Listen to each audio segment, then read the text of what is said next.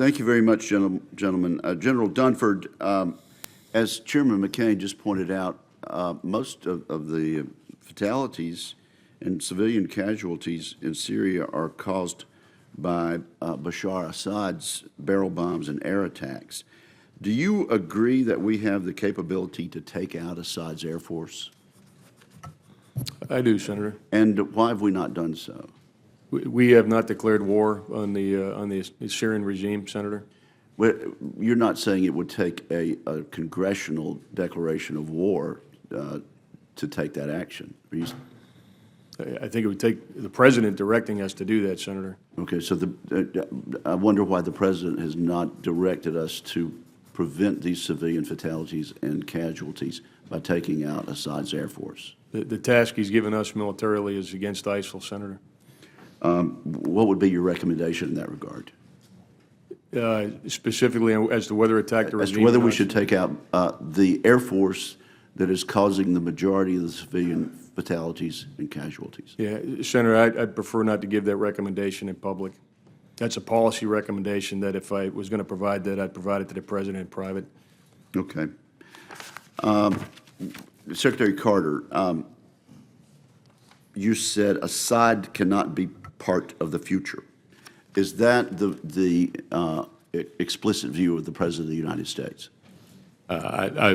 Yes, it is, and that's why Secretary Kerry is working on a political transition to a regime after Assad. As the chairman just indicated, we haven't undertaken to change that regime by force now for a number of years. We have not made that undertaking. Our focus in Syria as the Department of Defense is on fighting ISIL because of its direct threat to Americans.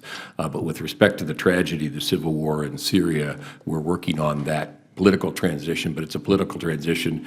Our leadership, and I think has indicated, it necessarily involves Assad removing himself from the scene because of exactly everything he's done to his people, which you've just cited. Assad voluntarily removing himself from the scene? No, I think here's where the Russians would do well to make what they do correspond to what they say.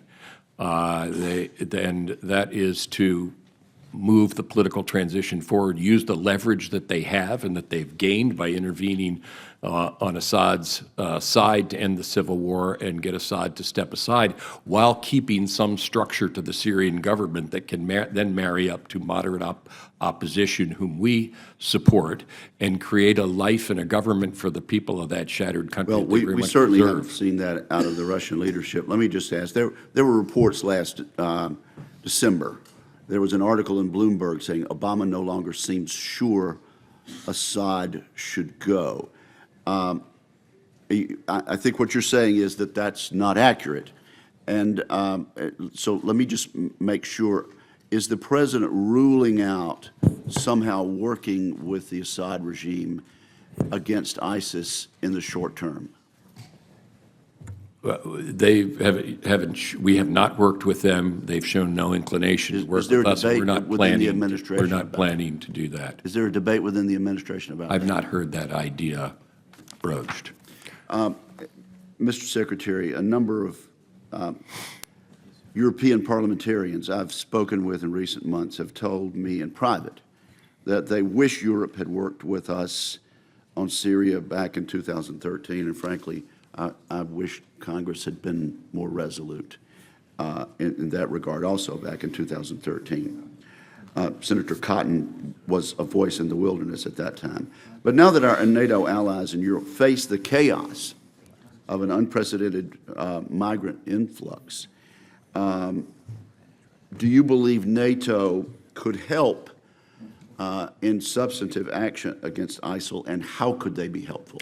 I do believe they could be, I need to say, more helpful because the NATO countries, I think without exception, we mentioned Turkey already, its important contributions, are working along with us on the same campaign plan. NATO, as NATO, has not been asked yet by the European countries. We favor that, and there are reasons why NATO as NATO is more than the sum of the parts, and I'm sure you appreciate that. So I think NATO as NATO could make a contribution. That's being discussed with the Secretary General right now. I'll just say with respect to the refugee crisis, the Europeans preference has been to use the European Union and not NATO as their chosen instrument for addressing the refugee crisis. That is their choice. So they have not asked in the main for NATO to be a big part of that effort. We did take a step to assist